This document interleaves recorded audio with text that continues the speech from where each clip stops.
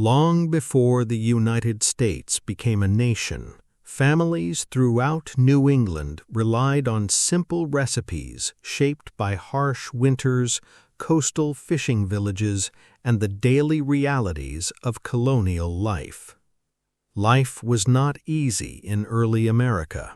Settlers faced long winters, limited ingredients, uncertain harvests, and the constant challenge of building new communities in an unfamiliar land.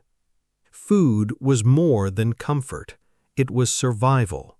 Recipes were passed from one generation to the next, adapted to local ingredients, and shaped by the traditions settlers brought from Europe. Some of those dishes became part of American history. Others slowly disappeared from everyday kitchens. Tonight, we're traveling back to colonial New England to explore 5 forgotten recipes that once helped feed early America. These meals weren't created by famous chefs. They were created by farmers, fishermen, bakers, and families doing their best to build a new life in a challenging world. And together, they tell the story of America's earliest kitchens. And few colonial New England recipes became more famous than a dessert so unusual that many modern Americans have never even heard of it. Few desserts are more closely associated with colonial New England than Indian pudding. Today, many Americans have never tasted it. Some have never even heard of it. Yet for generations, Indian pudding was one of the most recognizable desserts in New England. Its story begins with a challenge faced by the earliest English settlers. When colonists first arrived in New England during the 17th century, they quickly discovered that many familiar ingredients from England were difficult to obtain. Wheat was often scarce. Imported foods were expensive, and communities had to adapt to the resources available in their new environment. One of the most important discoveries was corn. Native American communities had cultivated corn throughout the region for centuries. Colonists gradually learned new agricultural techniques and began incorporating corn into their own diets. Over time, traditional English puddings evolved into something entirely new. The result was Indian pudding. The name reflected the colonial term for cornmeal, often called Indian meal, because it came from crops introduced by Native Americans. Unlike modern puddings, Indian pudding required patience. The dessert was made from cornmeal, milk, molasses, and spices. The mixture baked slowly for hours, developing a rich texture and deep flavor. For many families, it became a favorite winter dessert. The smell itself became part of colonial life. Molasses warming in the kitchen, milk simmering gently, nutmeg and cinnamon filling the air, candles flickering while snow gathered outside wooden homes. The dessert reflected the realities of New England life. Ingredients needed to be practical, recipes needed to provide nourishment, and families learned how to transform simple foods into something memorable. Indian pudding remained popular throughout the 18th and 19th centuries. It appeared in farmhouses, village homes, and holiday gatherings across the region. Visitors to New England often described it as a uniquely American dessert, a recipe born from the blending of Old World traditions and New World ingredients. Today, the dessert survives in some historic inns and restaurants, but it has largely disappeared from everyday kitchens. And yet it remains one of the earliest examples of a truly American recipe. To recreate traditional Indian pudding today, you would need cornmeal, milk, molasses, butter, cinnamon, nutmeg, and salt. First, heat the milk and gradually stir in the cornmeal. Add the molasses, butter, and spices before transferring everything into a baking dish. Bake slowly for hours until thick and richly colored. Serve warm, often with cream or vanilla ice cream. Sweet, rich, historic. A colonial New England classic that helped transform unfamiliar ingredients into one of America's earliest desserts. And maybe that's why Indian pudding still fascinates historians today, because every spoonful tells the story of a young America learning to adapt and survive. But while Indian pudding became one of colonial New England's most famous desserts, another humble recipe became so important that it helped feed fishermen, sailors, farmers, and entire generations of early Americans. Few recipes were more important to colonial New England than Johnny cakes. Unlike elaborate meals reserved for special occasions, Johnny cakes were everyday food. Simple, portable, affordable, and capable of feeding people through some of the harshest conditions in early American history. Their story begins long before the arrival of European settlers. For centuries, Native American communities throughout the Northeast cultivated corn and developed countless ways to prepare it. Corn was reliable, nutritious, and well-suited to the climate of the region. When English settlers arrived in New England during the 17th century, they faced an immediate problem. Many of the foods they had depended upon in Europe were difficult to grow or obtain in their new environment. Wheat harvests often failed. Imported flour was expensive. Communities needed alternatives. Once again, corn provided the answer. Settlers learned from Native American agricultural practices and gradually incorporated cornmeal into their daily diets. Over time, one of the simplest and most enduring recipes emerged: Johnny cakes. Food historians still debate exactly where the name originated. Some believe it evolved from the phrase journey cakes because the cakes traveled well and could be carried on long trips. Others believe the name developed through regional dialects and local traditions. Regardless of its origins, Johnny cakes became a staple throughout New England. The recipe itself was remarkably straightforward: cornmeal mixed with water, milk, or buttermilk, sometimes a little salt, occasionally a touch of fat. The batter was then cooked on griddles, hearthstones, or cast-iron pans until golden brown. The result was something between bread and a pancake, crisp on the outside, tender on the inside, and filling enough to sustain people through long days of labor. Few foods better reflected the realities of colonial life. Farmers carried Johnny cakes into the fields. Fishermen packed them onto boats. Sailors brought them on voyages. Soldiers relied on them during campaigns. Because they required so few ingredients, they could be prepared almost anywhere. The smell became familiar throughout New England. Cornmeal sizzling on hot griddles, wood fires crackling in hearths, families gathering around rough wooden tables after long days of work. For many colonists, Johnny cakes appeared at nearly every meal: breakfast, lunch, dinner. They could be eaten plain, served with butter, paired with stews, or sweetened with molasses. Their versatility helped explain their popularity. Unlike many forgotten recipes, Johnny cakes survived for centuries. Different versions spread throughout New England and beyond. Some regions preferred thinner cakes. Others favored thicker versions. Some added milk. Others used only water. Every community developed its own traditions. Even today, historic inns and restaurants throughout New England continue serving Johnny cakes as a reminder of the region's colonial past. To recreate traditional colonial Johnny cakes today, you would need cornmeal, milk or water, salt, butter or bacon fat. First, combine the cornmeal, liquid, and salt to create a thick batter. Heat a cast-iron skillet or griddle.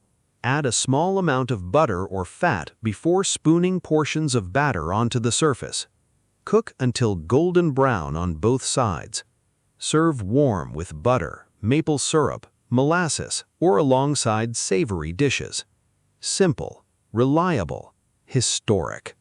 A colonial New England classic that helped feed generations of farmers, fishermen, sailors, and settlers. And maybe that's why Johnny Cakes remain such an important part of American food history.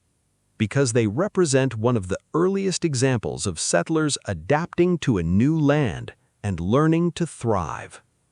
But while Johnny Cakes helped sustain farmers and fishermen across New England, another recipe became famous because it could survive long voyages at sea and nourish entire generations of coastal communities.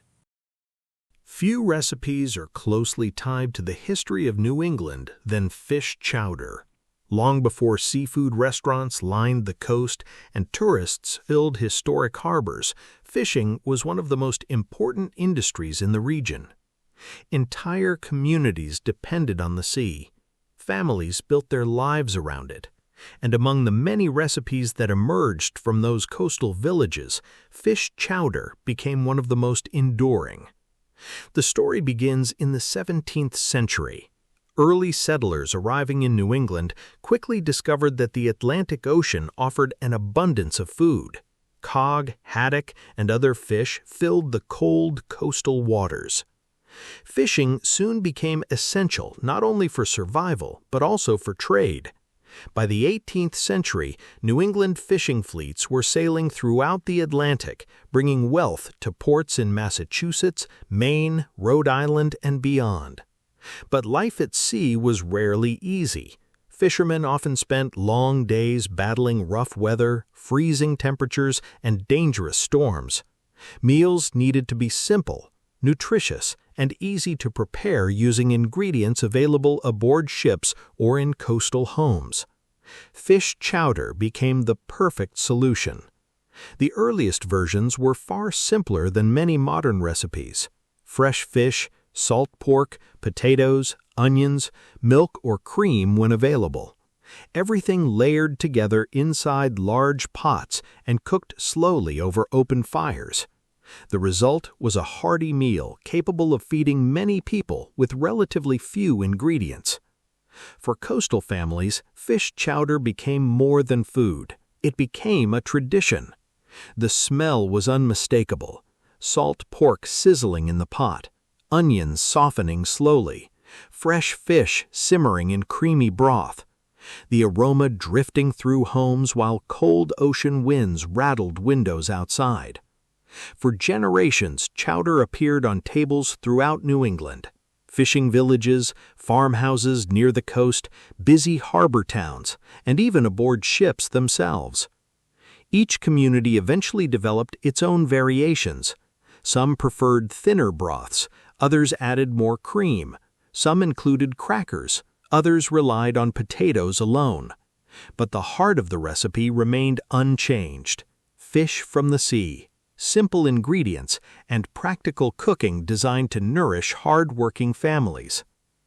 The recipe also reflected one of New England's defining characteristics: resourcefulness. Early settlers learned how to make the most of what the region provided. Fish was abundant, potatoes stored well, salt pork lasted through long winters. Together, they created a meal that could sustain people through difficult seasons and uncertain times. Even today, fish chowder remains one of the most recognizable dishes in New England. Visitors often seek it out while traveling through coastal towns and historic harbors. Yet many of the slower, homemade versions once prepared by fishermen's families have become increasingly rare. To recreate traditional New England fish chowder today, you would need white fish, such as cod or haddock, salt pork or bacon, potatoes, onions, milk, cream, butter, salt, and black pepper. First, cook the salt pork until lightly crisp. Add onions and cook until softened.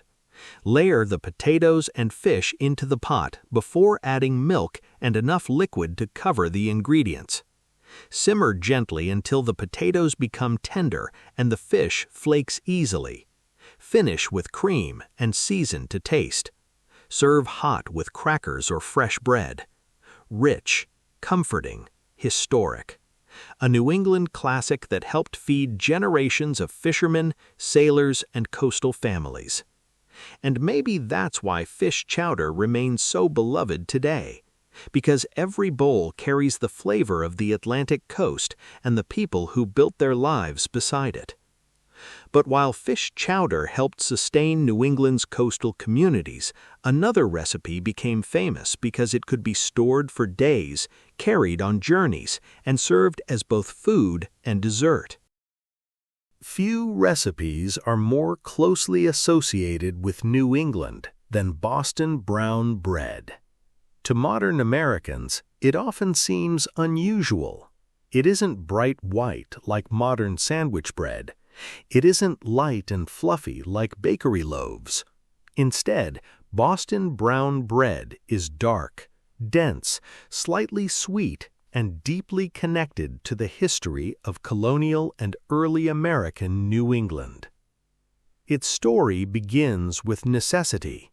During the 17th and 18th centuries, wheat was not always easy to grow throughout New England.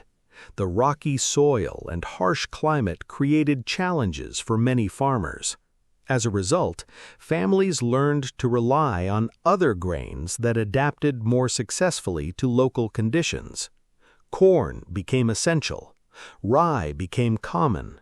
Molasses became one of the region's most important sweeteners thanks to New England's extensive trade networks.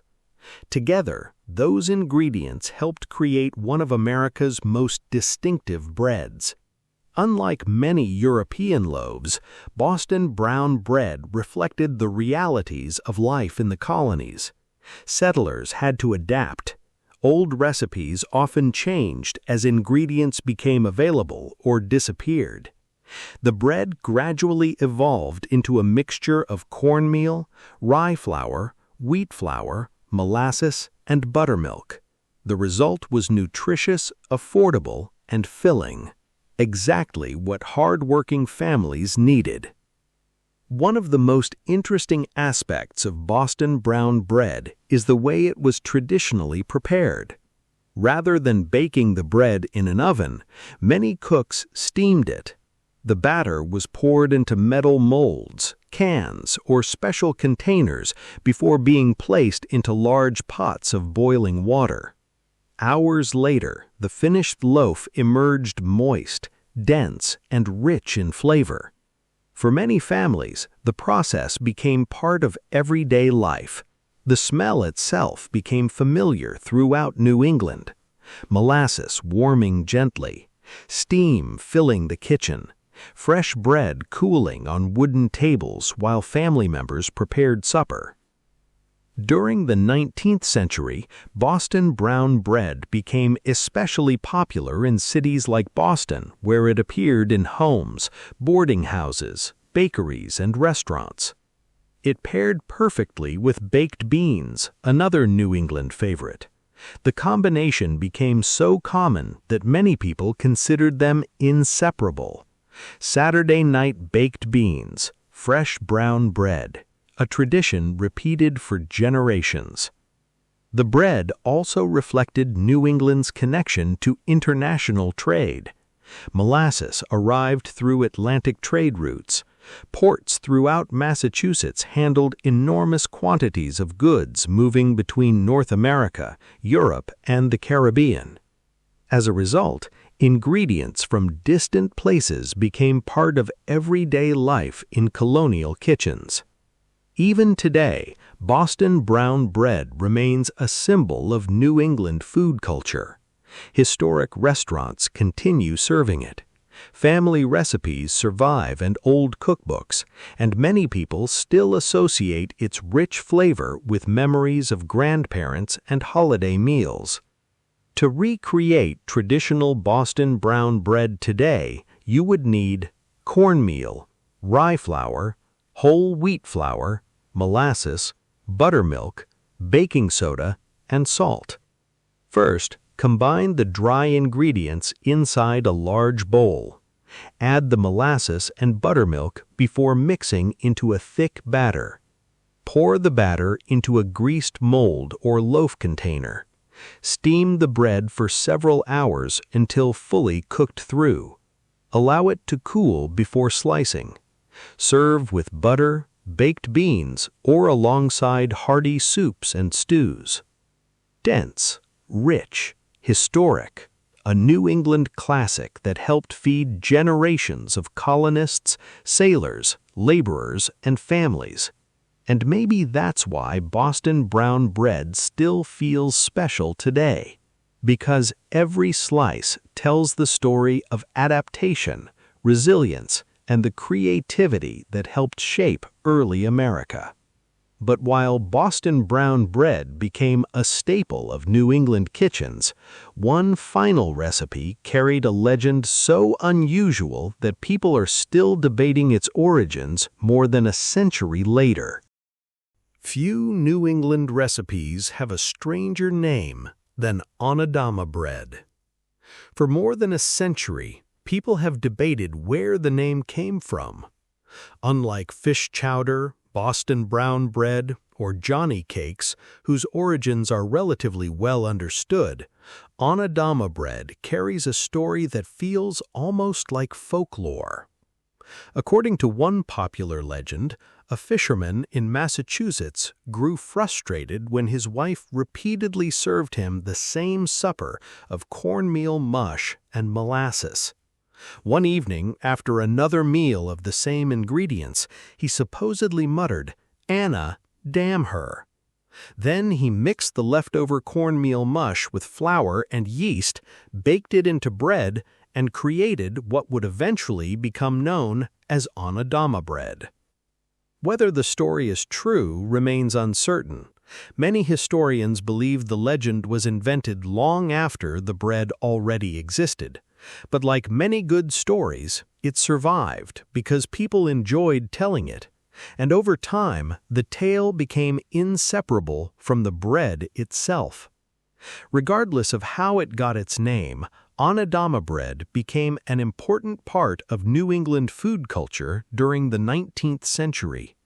The bread reflected many of the same ingredients that shaped other regional recipes: cornmeal, molasses, flour, ingredients that were affordable, widely available, and deeply connected to the history of the region.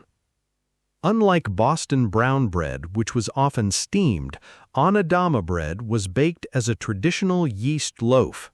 The result was lighter in texture, while still retaining the distinctive sweetness of molasses and the hearty character of cornmeal. For working families throughout New England, the bread offered several advantages. It was filling, it stored well, and it paired with a wide variety of foods. Families served it with soups, stews, beans, seafood, or simply with butter spread across warm slices fresh from the oven. The smell itself became a familiar part of life in coastal towns and rural communities. Yeast rising slowly in warm kitchens, molasses adding its deep sweetness, fresh loaves baking while rain tapped against windows overlooking harbors and fishing villages. For many New Englanders, that aroma felt like home. The bread also reflected the remarkable ability of early Americans to adapt traditional baking methods to local ingredients. European settlers arrived with centuries of bread-making experience, but New England presented different challenges, different crops, different climates, different resources. Recipes evolved accordingly. Anadama bread became one of the clearest examples of that adaptation. Old world techniques meeting new world ingredients. The result was something uniquely American. By the late 19th and early 20th centuries, bakeries throughout Massachusetts and neighboring states were producing Anadama bread regularly. Its popularity spread beyond New England. Cookbooks began featuring recipes. Visitors carried stories about the bread back home, and the unusual name helped ensure that people remembered it. Even today, Anadama bread remains a symbol of traditional New England baking.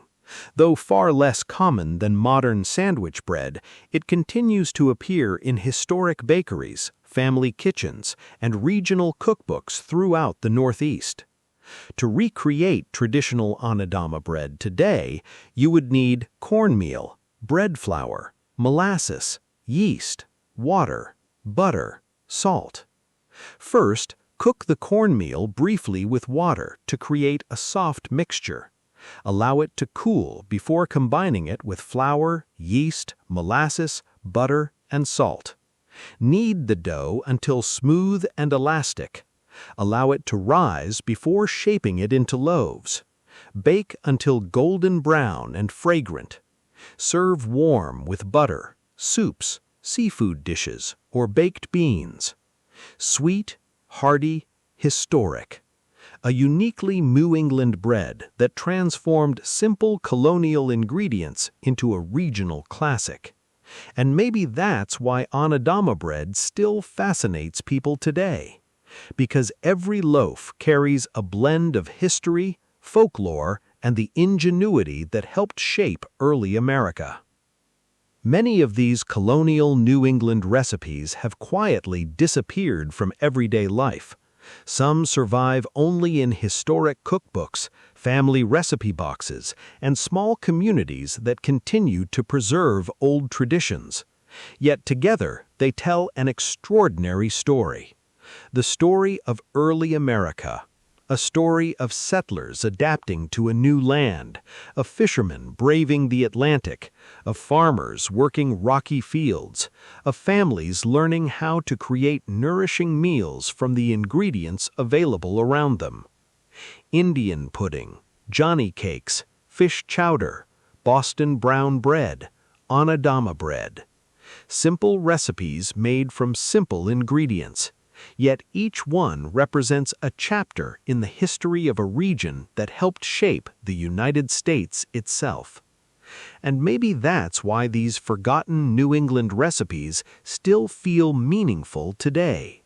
Because behind every bowl, loaf, and spoonful is a reminder that food is more than nourishment. It's history, it's survival, and it's the story of the people who came before us. Thank you for joining me on this journey through colonial New England and the forgotten recipes that helped feed early America. And until next time, take care, stay curious, and keep exploring the stories hidden inside the foods of the past.